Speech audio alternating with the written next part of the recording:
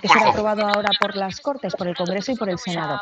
Pretende esta ley reducir las emisiones contaminantes, fijar la estrategia de movilidad de nuestro país y cumplir así con los objetivos medioambientales que marca Europa. Así que hoy hablamos de movilidad sostenible y lo vamos a hacer con Alfredo Escudero, que es miembro de la Asociación de Vehículos Eléctricos de Valladolid, una asociación sin ánimo de lucro formada por usuarios e interesados en estos vehículos. Alfredo, gracias por estar con nosotros. Gracias, Sara. También creo que vamos a tener al presidente nacional de esta... Hola, Miquel, ¿qué tal? ¿Me escuchas? Sí, os escucho bien. Sí. También está con nosotros aquí en el plató David González, que es presidente de Ekiwi. Vale, y ves si escuchas el programa bien, ¿verdad, Miquel? Sí, perfectamente. Vale, pues ahí te dejo, ya te voy a presentar a Pilar, ¿vale? Muy bien. Gracias. Y también tenemos por videoconferencia a Daniel Pérez, que es fundador y CEO de Thunder, una empresa palentina que trabaja para construir la mayor red de recarga ultra rápida de España. No sé si lo tenemos, creo que sí. Daniel, muy buenas. Creo que ese es el objetivo, ¿no? Ir a por esa red la más amplia de toda España, y creo que no andáis muy desencaminados. Vamos a hacer un poco más ambiciosos, además es un de 6 minutos. Muy bien, pues ahora hablaremos de todo ello y vamos a ver si podemos también escuchar mejor a Daniel, porque le escuchábamos muy bajito. Lo primero, bueno, pues antes de preguntaros, vamos a ver cómo está la situación ahora mismo. ¿Qué cifras nos encontramos en cuanto a vehículos de combustión y sus alternativas, Eduardo? Pues mira, Pilar, una cosa está muy clara, y es que en 2035 dejarán de venderse coches de combustión en Europa, aunque podrán seguir circulando los matriculados hasta esa fecha. Hitos como ese o el de las zonas de bajas emisiones empujan a muchos hacia esa movilidad sostenible. Ahora mismo, fíjense, en España hay casi 33 millones de vehículos circulando, al menos con el seguro en rigor, en condiciones. Más de 24 millones de ellos son turismos, el 97% son de combustión, diésel o gasolina, y apenas 700.000 son eléctricos e híbridos enchufables. El año pasado la venta de esos últimos híbridos eléctricos creció casi un 20%, con casi 85.000 unidades. La financiación y el acceso a puntos de recarga siguen siendo percibidos por los conductores como obstáculos a la hora de comprar uno de esos vehículos. Según ANFAC y Faconauto, los fabricantes de vehículos y concesionarios, esas dos asociaciones cifran en 11.500 los puntos de recarga de acceso público repartidos por toda España, unos 500 aquí en Castilla y León. Pero dicen que son insuficientes, que están mal distribuidos y que la mayoría son de carga lenta. Calculan que 2023 debería cerrar con 70.000 puntos y 340.000 en 2030. Otras alternativas a las que recurrimos, pues más económicas y urbanas, son las bicis o los patinetes. De estos últimos ya hay en España 800.000. Dentro de las bicicletas, las eléctricas rondan ya el 1.000.000 de unidades. Otra solución es el préstamo de vehículos por minutos, horas o días, que luego veremos y que ya cuenta con más de 1 millón de usuarios en toda España y que también ha llegado aquí, a Castilla y León. Gracias, Eduardo. Bueno, pues está esa fecha, 2035, para dejar de vender coches de combustión. Parece aún lejano, pero para una revolución tan grande del mercado, yo no sé si esos 12 años que aún faltan van a ser suficientes. ¿Creéis que se va a cumplir ese objetivo de 2035? Bueno, pues será difícil. Por el camino que vamos, tienen que acelerar mucho las cosas, pero si queremos llegar a objetivos grandes, tenemos que poner objetivos ambiciosos.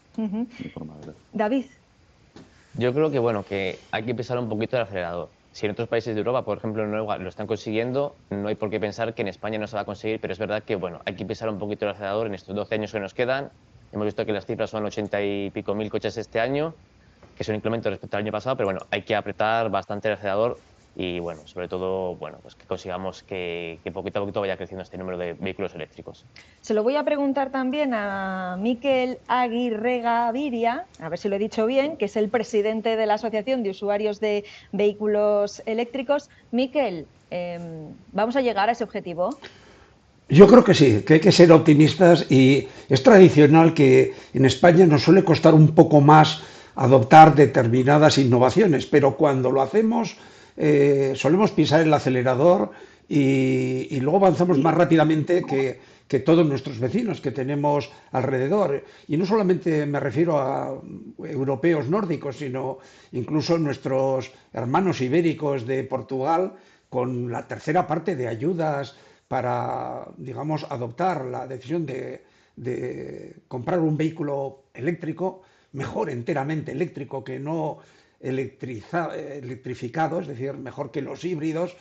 Creo que se va a conseguir y los obstáculos que había al respecto se van removiendo, incluidos el precio de adquisición inicial, que se está ya igualando, excepto en las gamas más bajas, y para lo cual hemos pedido desde AV ayuda y estamos reuniéndonos con distintos partidos políticos para que lo faciliten, como la situación de los puntos de recarga, que aunque va algo retrasado respecto a las previsiones, por desgracia el propio parque electrificado es bajo y no tenemos problemas. Los más de 5.500 socios que formamos una de las mayores asociaciones en Europa de usuarios de vehículos eléctricos, lo que recomendamos siempre es que alguien no solamente pruebe, sino, si es posible, que le dejen utilizar en su vida cotidiana durante unos días un vehículo eléctrico, y le aseguramos que jamás dará la vuelta atrás.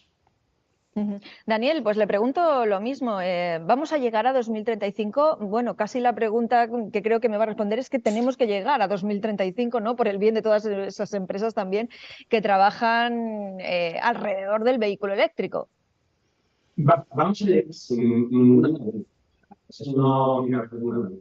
Que lleguemos a 2030, dependerá de cómo se van a integrar las cosas por parte de la administración pública, sobre todo, pero que si estamos seguros, no hay ninguna duda. El movimiento que hay es imparable, va a un ritmo muy alto, y el usuario tiene claro y sabe que es la tecnología que viene para el futuro, es el presente, y lo que se está haciendo actualmente es retrasando la compra del vehículo de combustión en favor de o esperar a un cliente, porque es un típico que me gusta eléctrico, o comprar un vehículo eléctrico. Eso es lo que veo, porque no ha subido de para las eléctricos, pero lo que ha caído es la vez de vehículos de combustión.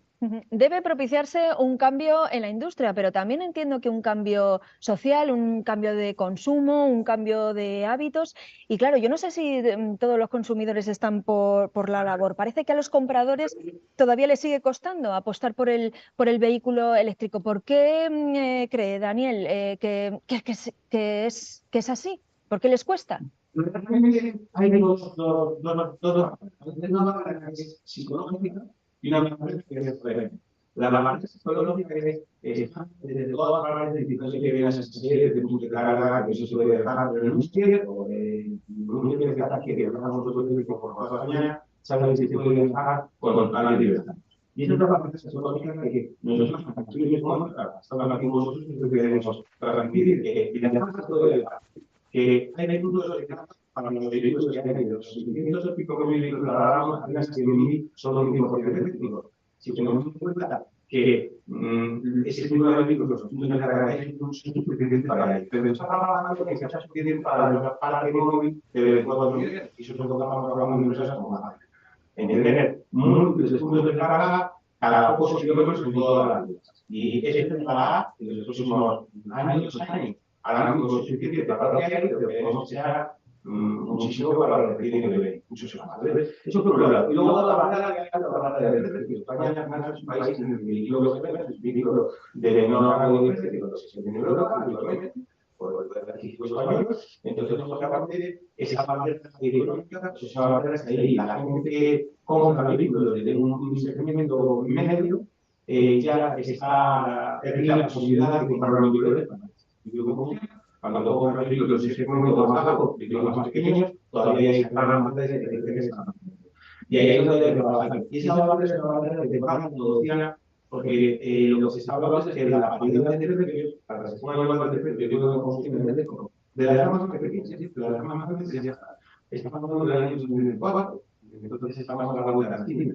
Y por eso tuvimos una semana de plan y la semana psicológica que hay que informar, hay que dar conocimiento a la gente para que no tengan sentido. Yo hago miles de kilómetros al año con vehículos eléctricos, estoy en Madrid ahora mismo, y no tengo ningún problema, hay un coche eléctrico y no me preocupo, o sea, ni me pero que pueda ir a algún lado, cojo el coche, se lo viene, así que puedo pagar así, si solo no es... Claro.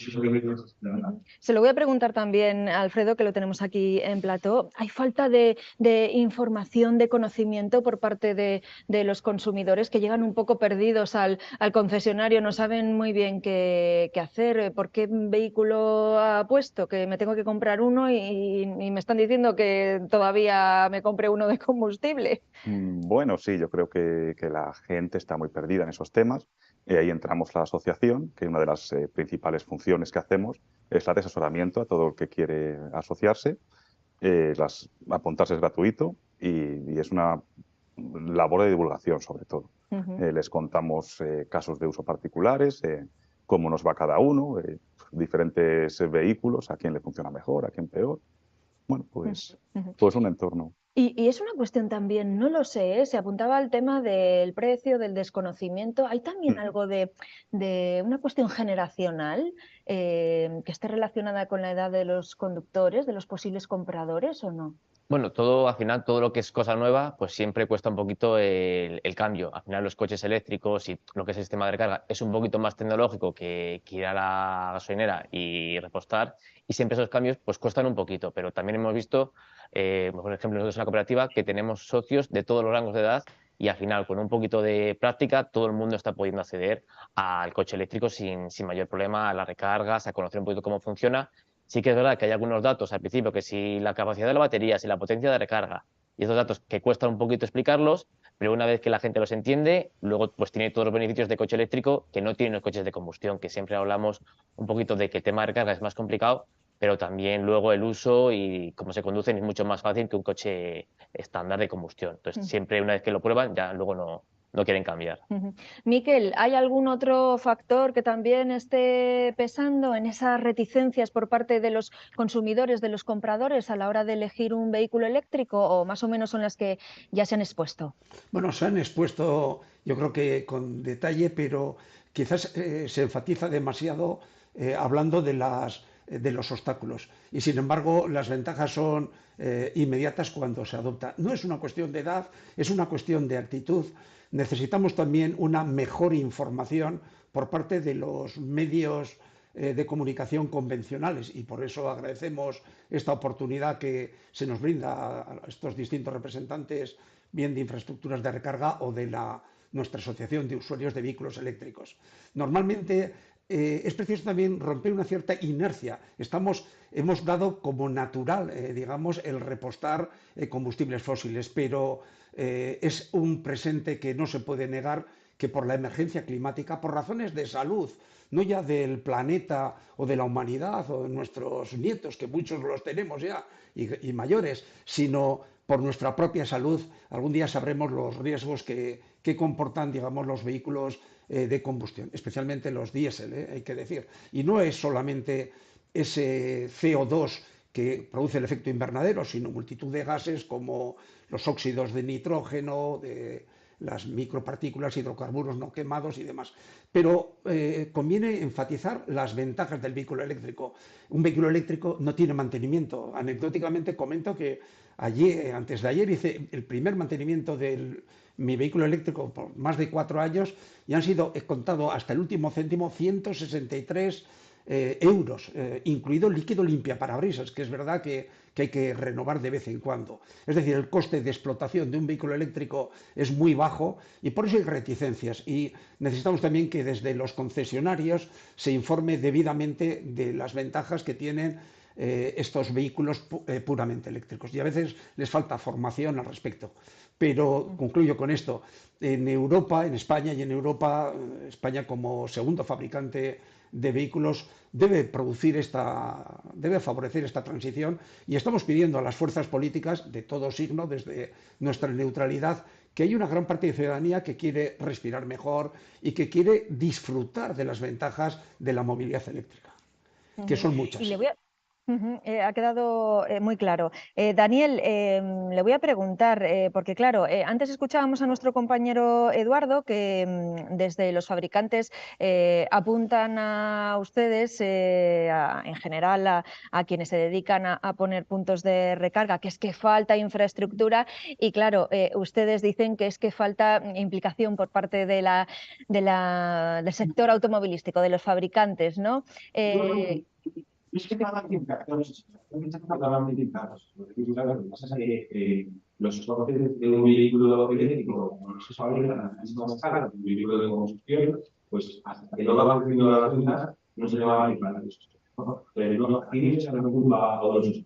Nosotros lo que tenemos claro y lo que estamos haciendo, nosotros desde Harvard estamos invirtiendo 300 millones de euros del año 22 al año 2025, que son 3 años, en montar la infraestructura de carga, porque tenemos claro que la infraestructura tiene que ser muy extensa para dar comodidad y confort al usuario y para pintar a los fabricantes.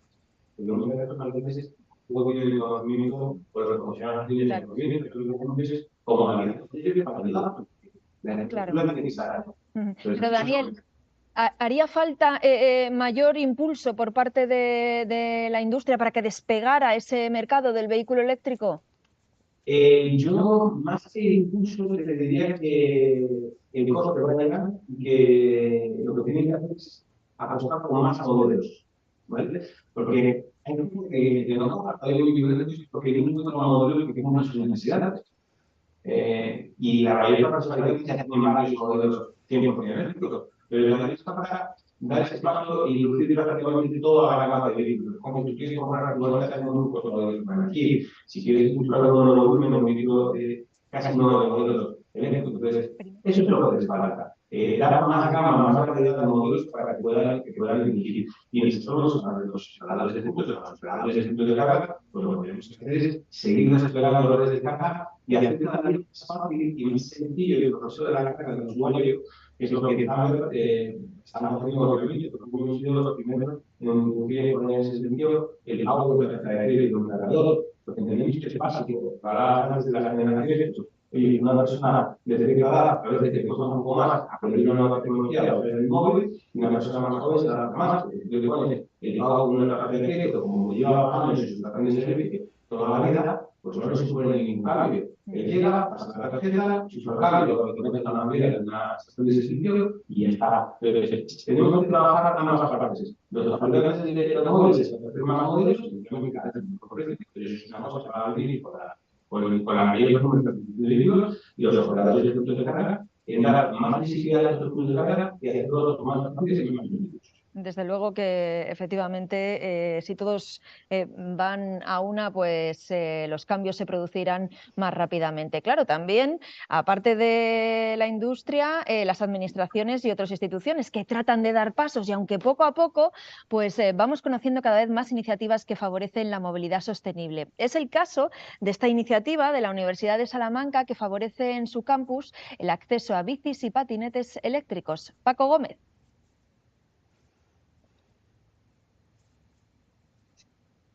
Sí, la Universidad de Salamanca, de la mano de la ciudad, lleva más de una década tratando de implementar un plan de movilidad sostenible que tiene muchos puntos. Uno de ellos es el uso de bici para venir al campus, a los diferentes campus, como este Miguel de Unamuno. Otro es cambiar completamente su flota para que sea totalmente eléctrica y por lo tanto no contaminante. Pero la última novedad es esta que se ha instalado muy recientemente, muy poquito antes de las vacaciones, y es el primer aparcamiento cargador de patinetes eléctricos completamente ecológico, completamente sostenible que hay en una instalación en Castilla y León. La instalación es bastante sencilla. Estas son las placas que acumulan el calor y el usuario, a través de estas posibilidades, como ven, se pueden cargar 16 de manera simultánea, se engancha a uno de esos cargadores y a través del teléfono móvil gestiona su carga.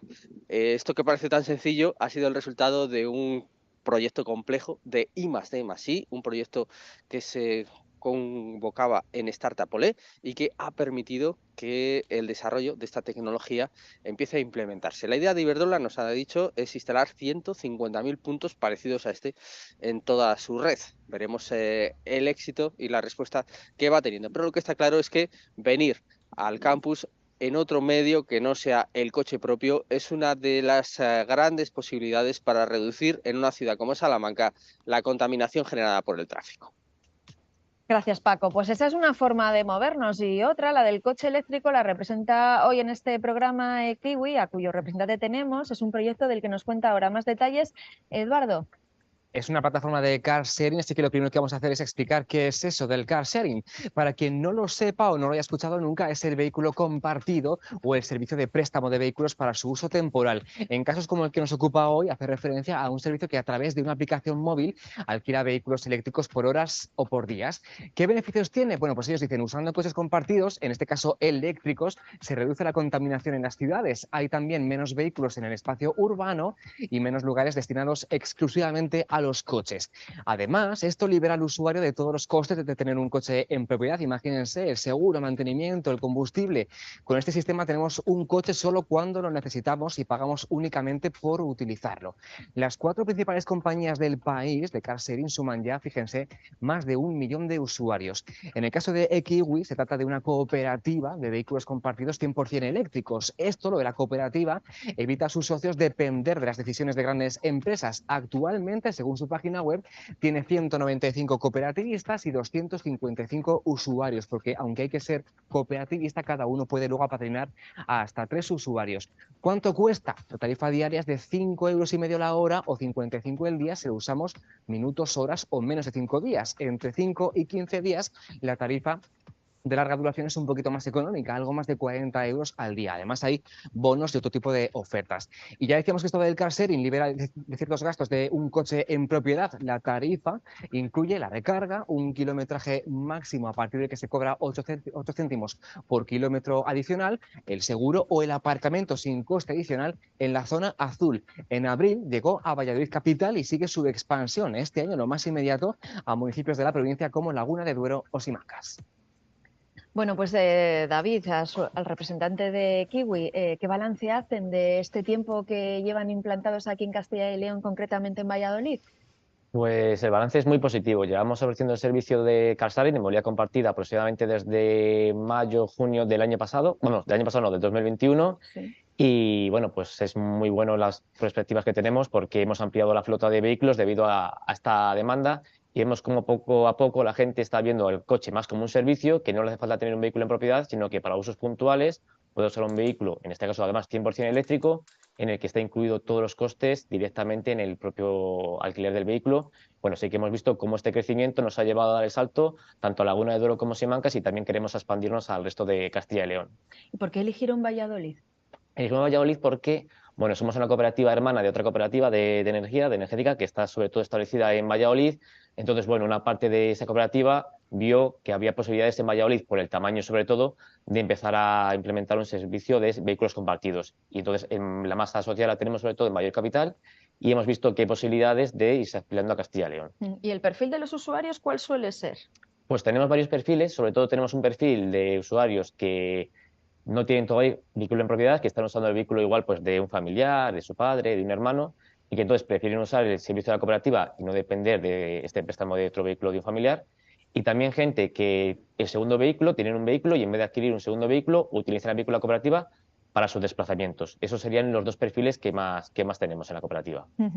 Claro, me imagino que para implantar el vehículo eléctrico pues va a ser fundamental, bueno, pues cualquier esfuerzo, ¿no? Hablo ahora de la implantación de zonas de bajas emisiones en las ciudades, que va a favorecer esa movilidad sostenible, pero claro, la mayoría de las ciudades, por lo menos aquí en Castilla y León, bueno, pues no están preparadas aún para hacerlo. Miquel, ¿hay poco compromiso en ese sentido? Bueno, la aplicación de estas zonas de bajas emisiones que son obligatorias para todos los municipios con más de 50.000 habitantes ha comenzado desde el 1 de enero de este año 2023. Quizás la coincidencia con las elecciones municipales no haya, y quizás que pueda tener un valor igual no, según opinan algunas formaciones políticas, que la ciudadanía no apreciaría, porque es verdad que limita las posibilidades de circular con vehículos sin etiqueta o con los vehículos más contaminantes por los núcleos de las ciudades, pues ha retrasado. Como asociación de usuarios de vehículos eléctricos Estamos pidiendo que se actúe con determinación desde las instancias que provienen desde el Parlamento Europeo y desde el Gobierno central y gobiernos autonómicos para que aseguremos que en el núcleo de los centros urbanos donde la contaminación es más alta, pues se apliquen debidamente.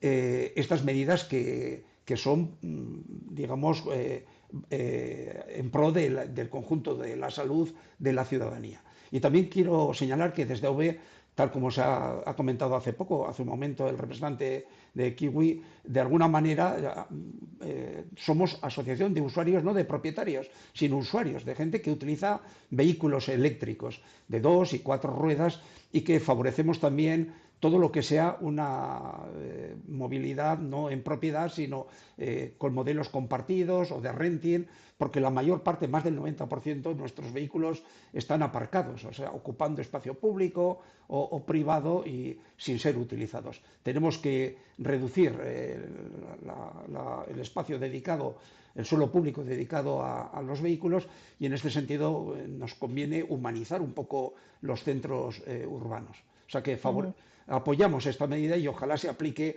una vez pasadas estas elecciones municipales, porque hay una gran parte de ciudadanía, más de lo que a veces se recoge en la opinión publicada, que no es la opinión real, de gente que quiere más espacio para las aceras, más zonas peatonalizadas, etcétera. Sí, sí. Al hilo de lo que dice Miquel, sí, hay gente muy concienciada, pero yo no sé si, Alfredo, nos falta también un poquito a la mayoría de concienciación medioambiental, pues eso, pues para tomar determinadas decisiones que a lo mejor a priori pueden ser difíciles, que es verdad que esto nos afecta al bolsillo y tal, pero bueno, que tenemos que estar más concienciados. No sé qué piensas, Alfredo, muy brevemente, porque nada, nos queda muy poquito tiempo. Vale, bueno, pues sí que está muy bien la concienciación medioambiental de cara a vista que hemos usuario del coche eléctrico, pero desde mi punto de vista no es el único beneficio que tienes. El económico depende del caso de uso, puede ser importante el ahorro de combustible que puedes tener y también el agrado de utilización y ciertas ventajas de aparcar en zonas azules y demás que puedes tener. O sea, veremos a ver qué grado de implantación, ¿no?, tiene, y efectivamente, como dice Miquel, a ver si a lo largo de este 2023 se da un impulso también a todo eso.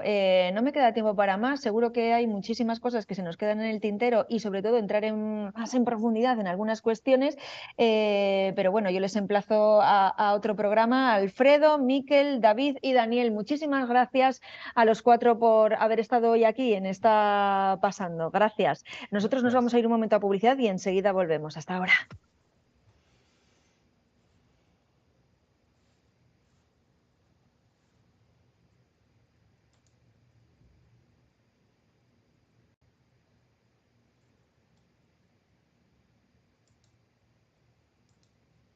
El balance de trasplantes de órganos. Pero bueno, yo les emplazo a otro programa. Alfredo, Miquel, David y Daniel, muchísimas gracias a los 4 por haber estado hoy aquí en Está Pasando. Gracias. Nosotros nos vamos a ir un momento a publicidad y enseguida volvemos. Hasta ahora.